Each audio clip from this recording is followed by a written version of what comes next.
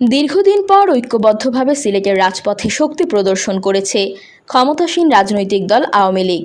BNP Jamaat জোট সরকারের আমলে সারা দেশে একযোগে সিরিজ বোমা হামলার প্রতিবাদে গতকাল বুধবার কেন্দ্রীয় কর্মসূচির অংশ হিসেবে বিক্ষোভ মিছিল, সমাবেশ ও মানববন্ধন করেছে আওয়ামী লীগ ও অঙ্গ সহযোগী সংগঠন। গতকাল বুধবার দুপুর 12:15টার দিকে নগরীর চৌহাট্টাস্থ কেন্দ্রীয় শহীদ মিনারের সামনে থেকে বিক্ষোভ মিছিল বের করে মহানগর আওয়ামী লীগ। মিছিলটি কোর্ট পয়েন্ট গিয়ে শেষ হয়। এর আগে শহীদ মিনারের সামনে মানববন্ধন ও সমাবেশ করেন মহানগর আওয়ামী লীগের নেতারা। বিকেল 4টায় রেজিস্ট্রারি মাঠে সমাবেশ করে মিছিল নিয়ে শহীদ মিনার পর্যন্ত আসে জেলা আওয়ামী লীগ।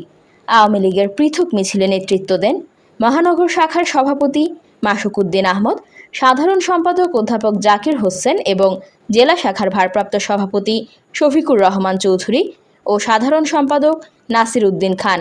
এছাড়া সকালে নগরীর জিন্দাবাজার থেকে কালো পতাকা মিছিল বের করে কোর্ট পয়েন্ট গিয়ে সমাবেশ করে মহানগর যুবলীগ।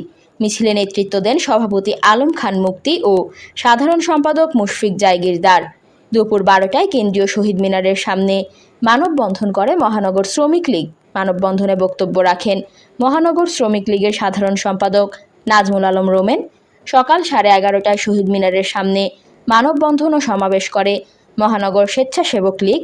এতে নেতৃত্ব দেন মহানগর স্বেচ্ছাসেবক লীগের সাধারণ সম্পাদক দেবাংশু দাস মিঠু।